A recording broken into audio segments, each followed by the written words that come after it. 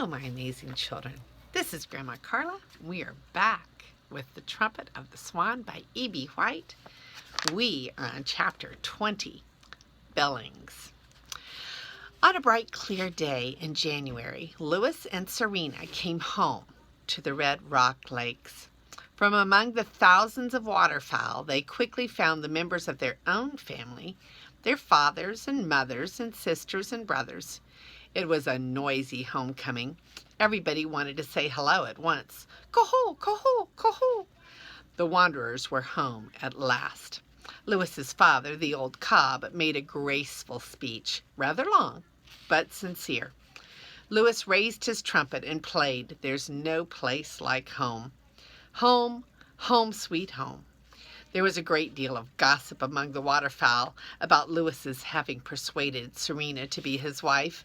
Everybody congratulated the happy couple, and all of the brothers and sisters of Louis and Serena gathered around and looked at all of Louis's possessions. They were much impressed by his worldly goods. They liked the life-saving medal, they loved the sound of the trumpet, and they were eager to see the money in the money bag. But Louis did not open the bag. Instead, he took his father and mother to the side. They all three stepped out on shore, where Louis slipped the money bag off his neck and with a bow handed it to the old cob. $4,420.27. Then Louis took his slate and wrote a note to the owner of the music store in Billings so that his father would have something to show him when he got there. The note said, "To the storekeeper of Billings, enclosed please find $4,420.78. It will pay you for the trumpet and the damage to the store. Sorry about the inconvenience this has caused you." The old cob was not able to count money, and he was not able to read, but he took the money bag and the slate and hung them around his neck. He felt sure he could now pay his debt for the stolen trumpet. "I shall go," he said to his wife. "I shall redeem my honor. I shall return to Billings, the scene of my crime, a great city teeming with life." "We've heard all that before," remarked his wife. "Just take the money and the note and beat it for Billings as fast as you can. And when you get there, for heaven's sake, be careful. The owner of that music store has a gun. He will remember that the last time he saw a swan coming at him, he got robbed. So watch yourself. You're on a dangerous mission." "Danger," said the old cob. "Danger. I welcome danger and adventure. Danger is my middle name. I would risk my life to redeem my honor and recapture my sense of decency. I shall pay my debt and blot out the foul mark that sullies my good name. I shall rid myself forever of the shame that comes from thievery and wrongdoing. I shall." "If you don't stop talking," said his wife, "you won't get to Billings before the stores close." "You are right, as usual," replied the cob. He adjusted the money bag and the slate for flight. Then he took off into the air and headed toward the northeast, flying fast and high. His wife and son watched him until he faded from view. "What a swan," said his wife. "You have a good father, Louis. I hope nothing happens to him. To tell you the truth, I'm worried." The old cob flew fast and far. When he spied the churches and the factories and the shops and the homes of Billings, he circled once, then began his downward glide, straight for the music store. "My hour has come," he said to himself. "My moment of truth is at hand. I shall soon be out of debt, out from under the cloud of shame and dishonor that has cast a shadow over my life for lo these many months." The cob had been seen already by the people below. One of the salesmen in the music store was standing by the front window looking out. When he saw the big white bird approaching, he yelled to the storekeeper, "Large bird approaching, get your gun." The storekeeper grabbed the shotgun and raced to the sidewalk. The cob was low in the sky, gliding straight for the store. The storekeeper raised his gun. He fired both barrels in quick succession. The old cob felt a twinge of pain in his left shoulder. Thoughts of death filled his mind. Looking back, he saw a bright red drop of blood staining his breast. But he kept going, straight for the storekeeper. The end is near, he said to himself. I shall die in the performance of duty. I have only a few moments remaining to live. Man, in his folly, has given me a mortal wound. The red blood flows in a steady trickle from my veins. My strength fails, but even in death's final hour I shall deliver the money for the trumpet. Goodbye, life. Goodbye, beautiful world. Goodbye, little lakes in the north. Farewell, springtimes I have known, with their passion and ardor. Farewell, loyal wife and loving sons and daughters. I, whom about to die, salute you. I must die gracefully, as only a swan can. With that, he sank to the sidewalk, held out the money bag and the slate to the astonished storekeeper, and fainted away at the sight of his own blood. He lay limp on the sidewalk, to all appearances a dying swan. A crowd quickly gathered. "What's this?" exclaimed the storekeeper, bending over the bird. "What's going on here?" He quickly read the note on the slate. Then he tore open the money bag and began pulling out $100 bills and $50 bills. A policeman hurried to the scene and started to hold the crowd back. "Stand back," he shouted. "The swan is wounded. Give him air." "He's dead," said a little boy. "The bird is dead." "He is not dead," said the salesman. "He's scared." "Call an ambulance," screamed a lady in the crowd. A small pool of blood formed under the neck of the old cob. He seemed lifeless. Just then a game warden appeared. "Who shot this bird?" he demanded. "I did," said the storekeeper. "Then you're under arrest," said the warden. "What for?" asked the storekeeper. "For shooting a trumpet or swan. These birds are protected by law. You can't pull a gun on a wild swan." "Well," replied the storekeeper, "you can't arrest me either. I happen to know this bird. He's a thief. He's the one you should arrest. He's been here before, and he stole a trumpet from my store." "Call an ambulance," cried the lady. "What's that you've got in your hand?" asked the policeman. The storekeeper quickly stuffed the money back into the money bag and held the bag and the slate behind his back. "Come on, show it to me," said the cop. "I want to see it too," said the warden. "We all want to see it," cried a fellow in the crowd. "What's in that bag?" The storekeeper sheepishly handed the money bag and the slate to the game warden. The warden stood straight, put on his glasses, and read the note in a loud voice. "To the storekeeper of Billings, enclosed, please find $4,420.78. It will pay you for the trumpet and the damage to the store. Sorry about the inconvenience this has caused you." At the mention of the sum of the money, the crowd gasped. Everyone started talking at once. "Call an ambulance," screamed the lady. "I'll have to take that money to the station house," said the policeman. "This is a complicated case. Anything that involves money is complex. I'll take the money and keep it safe until the matter is decided." "No, you won't," said the game warden. "The money is mine." "Why?" asked the policeman. "Because," replied the warden. "Because what?" replied the policeman. "Because the law says the bird is in my custody. The money was on the bird. Therefore the money goes to me until this is settled." "Oh, no, you don't," said the storekeeper angrily. "The money is mine. It says so right here on this slate. The $4,420.78 is mine. Nobody's going to take it away from me."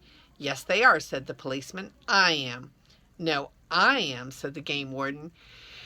"Is there a lawyer in the crowd?" asked the storekeeper. "We'll settle this matter right here and now."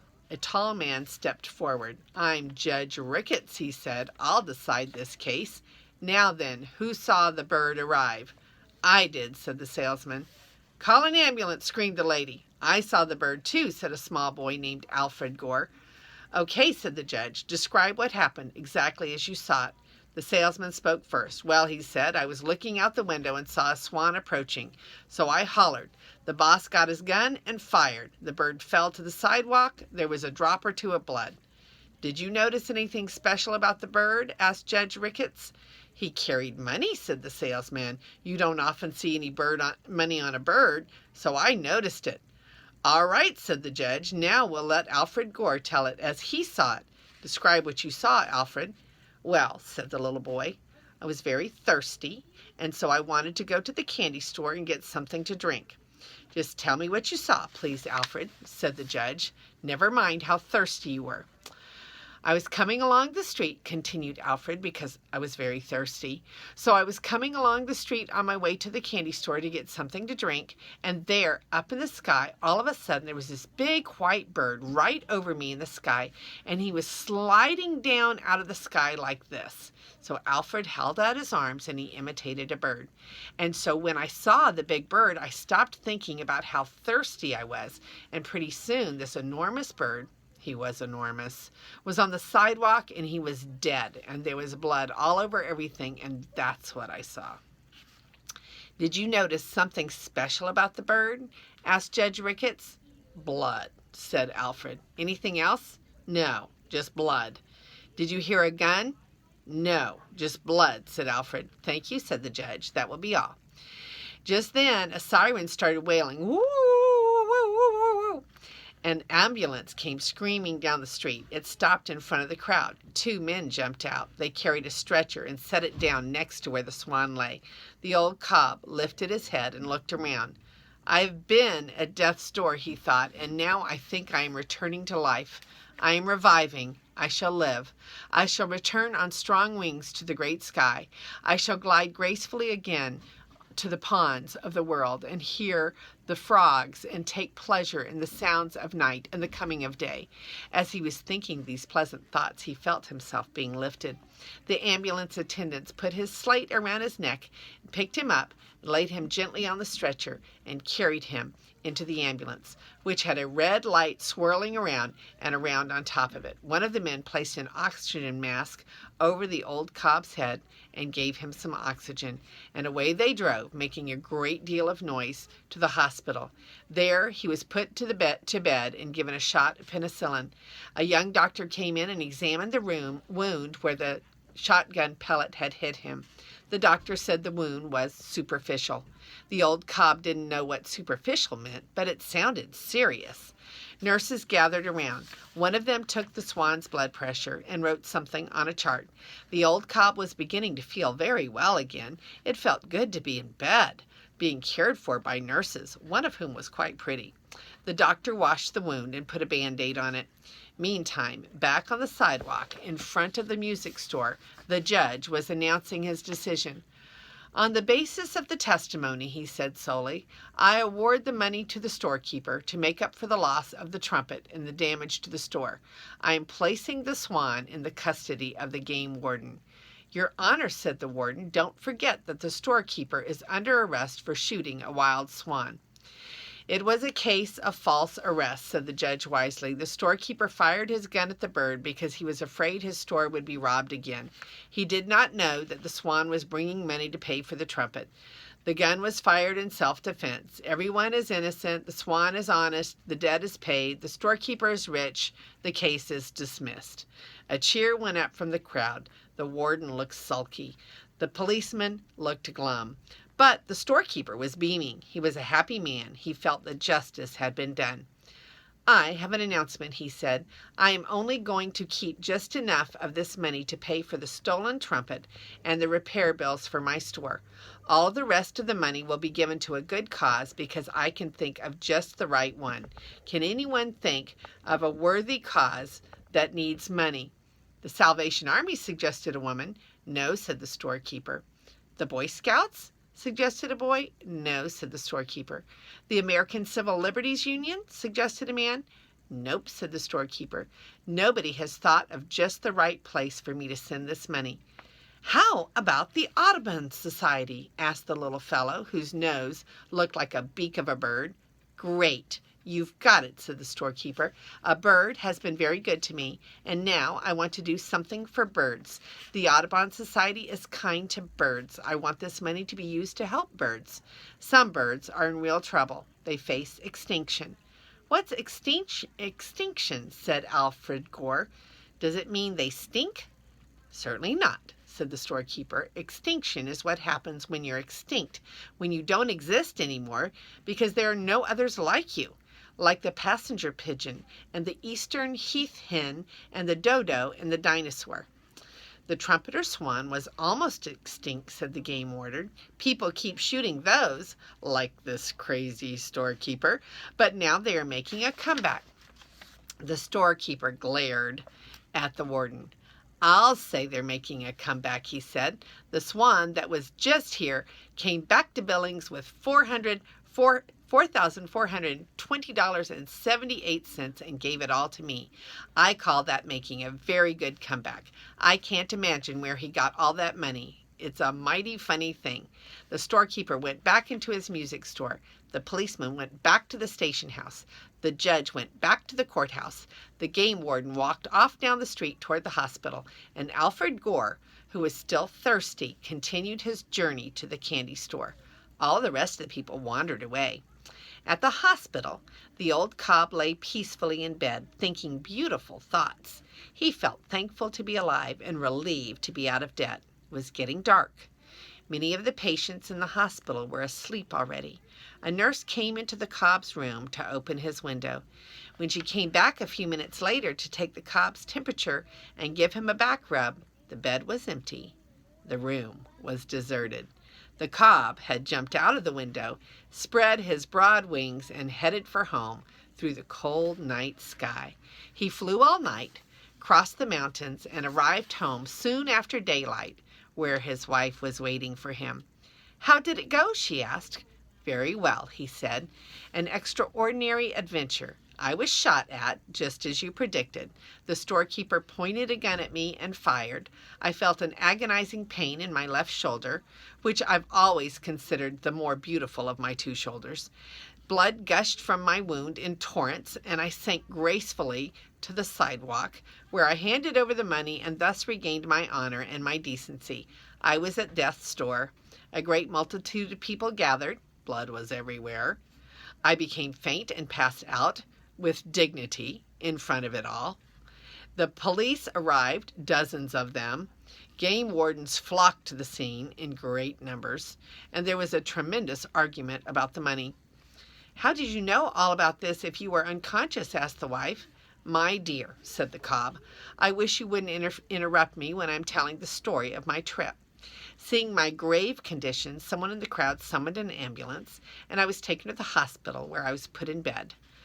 I looked very beautiful lying there, my black bill contrasting with the snowy white sheets. Doctors and nurses attended me and comforted me in my hour of suffering and pain. You can judge how serious my wound was when I tell you that one of the doctors examined it and said it was superficial." "It doesn't look bad to me," said his wife. "I think you just got nicked. If it had been that bad, you couldn't have flown back so soon. Anyway, superficial or not, I'm glad to see you home safe. I always miss you when you're gone. I don't know why, but I do." And with that she placed her head across his neck and gave him a slight nudge. Then they had breakfast and went for a swim in an open place in the frozen lake. The cob pulled his Band-Aid off and threw it away. That was the end of Billings. Okay, so let me show you the pictures. Here is a picture of everybody talking, the policeman and the warden and the shopkeeper and the judge. Everybody right there. It wasn't such a very great crowd. There's the little boy right there. Okay. And then here is a picture of the ambulance crew taking Lewis on a stretcher to the ambulance, where they take him to the hospital. And I think that might be it. Let me check. And yes, those are all the pictures. And this is Grandma Carla, and I love you.